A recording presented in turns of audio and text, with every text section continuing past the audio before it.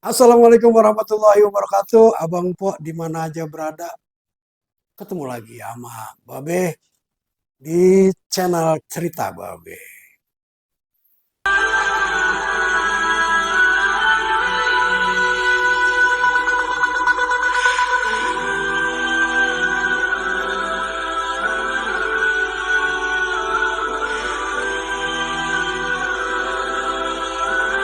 Dul cetak lagi rada sedih. Gara-gara dia terima kabar kalau abang iparnya meninggal dunia. Empoknya dia ini si Patime emang dari semenjak dia mondok sampai dia nikah di itu pesantren. Dan dia nikah sama anaknya guru pesantren. Anaknya pemimpin pesantren.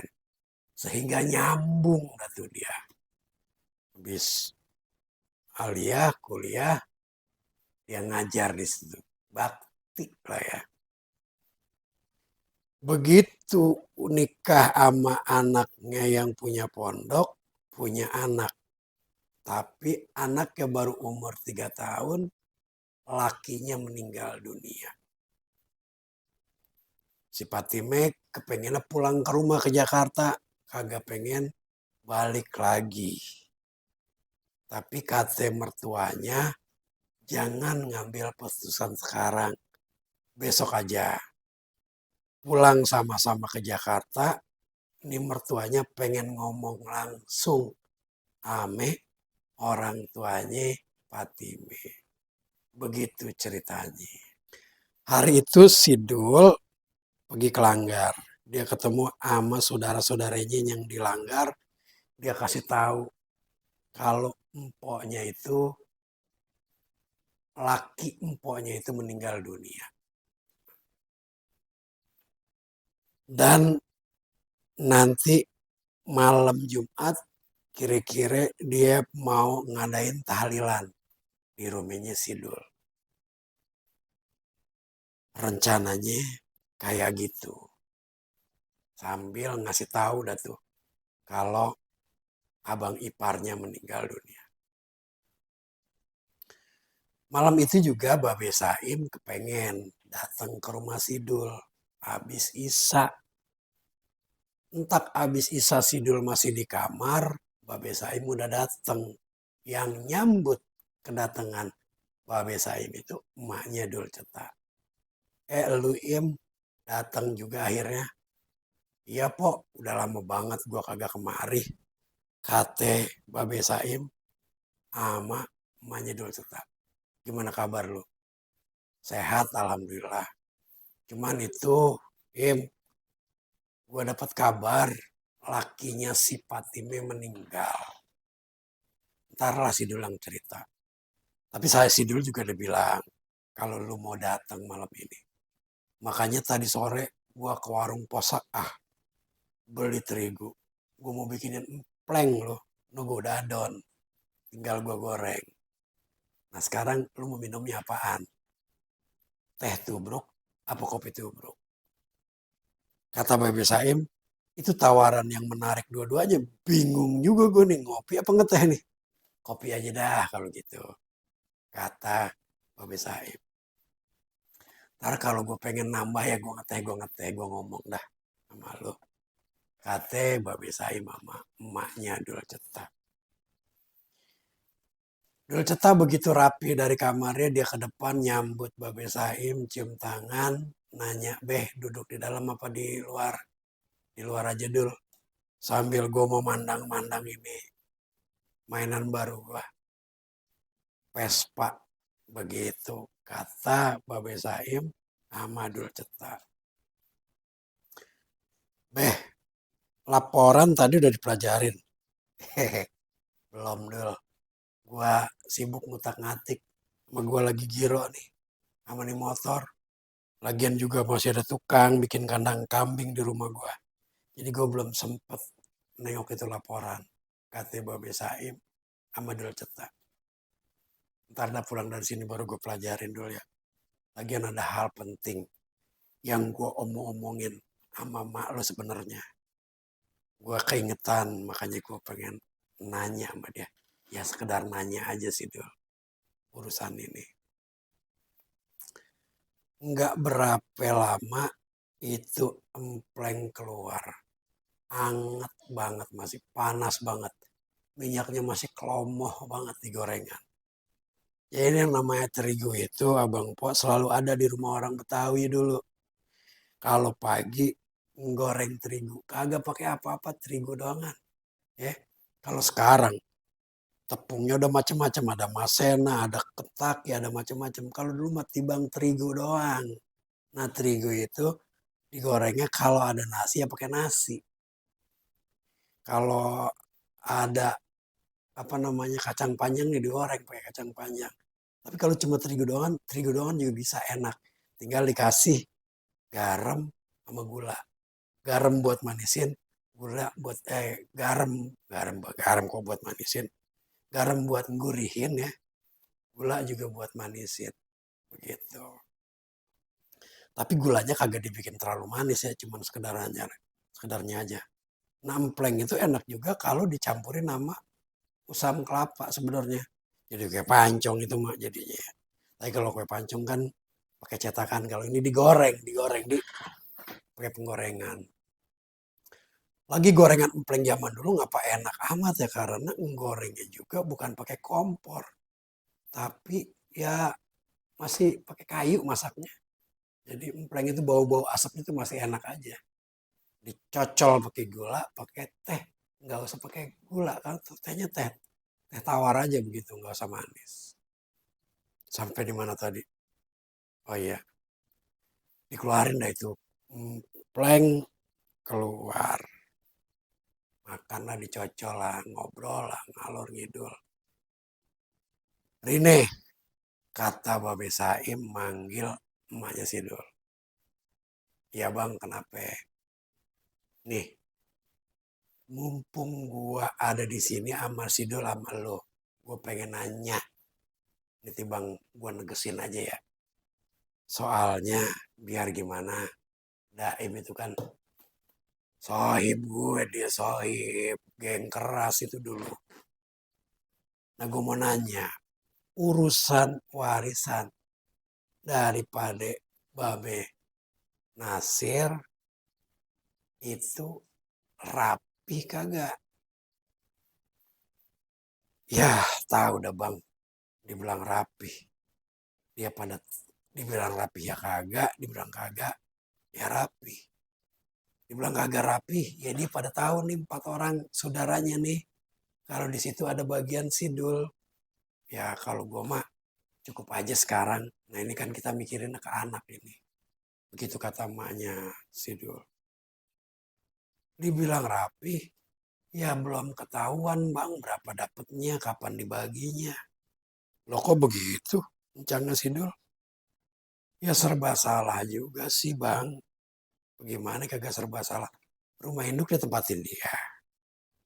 Anaknya pada nempatin itu kebun-kebunnya. Kalau kita ngomong ada anak-anaknya juga dia serba salah. Dia kagak tegaan apa gimana. Kita nggak tahu dah pikirannya apa gimana. Gitu. Kalau misalnya udah dibagian kan berarti anaknya kudu pada pindah. Begitu kata Pok Rine sama Babe Saim. Menurut lu gimana dulu? Ya ayah kan anak bontot beh. Kalau mikirin ngomongin kayak gitu kan ayah juga belum terlalu ngerti, belum terlalu nyambung. Karena kalau ayah pikir ini kan bagian emak nih sama pencarian babe juga. Saya rasa sih kita buat hari-harian udah cukup. Dul, bukan masalah cukupnya. Ini urusan agamanya belum putus, Dul. Kalau nih, mumpung ada malu, ada encang, lu masih ada. Kalau itu udah pada kagak ada, repot ke bawahnya, Dul. Begitu kata Babe Saim sama Sidul sama emaknya. Ya kali gitu kalau lu ngiklasin, biarin itu ya gue juga agak tahu. Ya kalau dulu mengikutin aja. Masalahnya ini ada 2 anak lu yang kudu didengerin omongannya. Rime. Ya bagaimana be ya? Im ya, anakku pada jauh. Gua kagak bisa ngomong bagaimana. Nah nih si Patime sih niatnya kepengen balik ke sini. Dia kagak kepengen balik lagi ke pondok. Dia pengen tinggal di rumah ini. Begitu sih dalam suratnya. Cuman besok dia mau datang sama mertuanya. Biar kita omongin sama-sama. Apa namanya. Boleh nggak sih Rime tinggal di sini kagak balik lagi ke pondok. Begitu kata Porime sama Babe Saim. Ya udah lurusin dah itu ya. Jangan sampai kagak kelar ke Bintal nanti. Urusannya namanya umur kita kagak tahu. Begitu kata Babe Saim. Karena kesian Kong Nasir kalau ampe harta warisan lo jadi masalah. Ya beh, insya Allah ayah ingetin emak nanti bagaimana. Cuma bisa ngingetin doangan kalau dulu emak. Begitu kata Sidul sama Bebe Saib. Dul, lu ada kepikiran kagak kalau empol lu bakalan kesini dan bisa tinggal di sini? Lu ada kepikiran gak yang gantiin lu tuh empol lu? Jagain toko gua. Babe nih, baru aja om terima kabar kayak gitu. Udah nanggep aja, kata Sidul. Ya, Dil, gua kan pebisnis. Gue bisa baca situasi, bagaimana. Nah, gue enak nih kalau ampe empol lu yang mau jaga nanti. Jadi gue juga senang karena lu kan keluarga lu bukan orang lain buat gue. Jadi empol lu aja yang jagain toko gue kan nanti. Beh, dia kan orang pesantren beh. Biasanya ngajar. Apa dia mau nanti jaga toko? Ya udah tunggu aja dah beh. Dia datang. Kate Sidul sama Babe Saib. Emang kapan sih dia kira-kira datang ke sini? Lu ada aja kagak sabar amat. Dia itu masa idahnya 40 hari. Terus kemarin waktu dia nulis surat ini, itu baru 10 hari. Taruh dah ini surat 3 hari nyampe. Berarti kan baru 13 hari. Ya paling enggak sebulan lagi lah dia baru nyampe sini. Kate Orine sama Babe saya. Ya udah deh kalau begitu. Kenyang ya udah.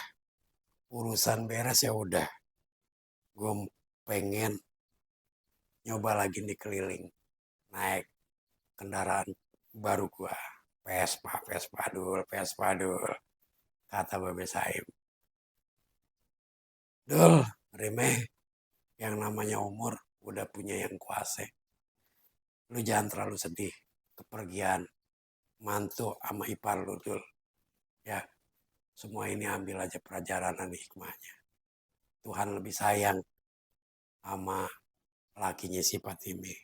Nah sekarang kita mikirin bagaimana ke depannya Fatime sama anaknya. Gue pamit dulu.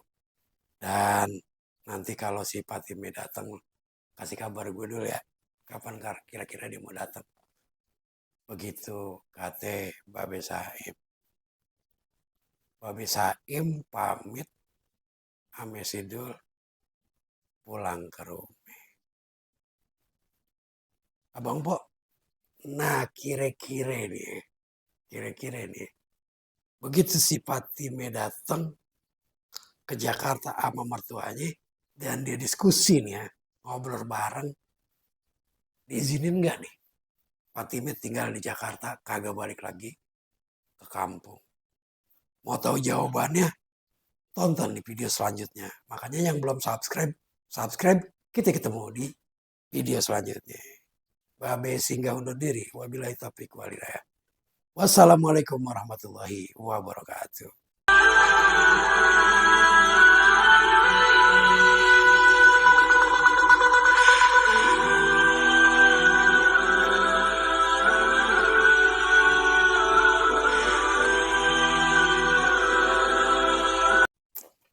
Babe singgah bawain tong cetak.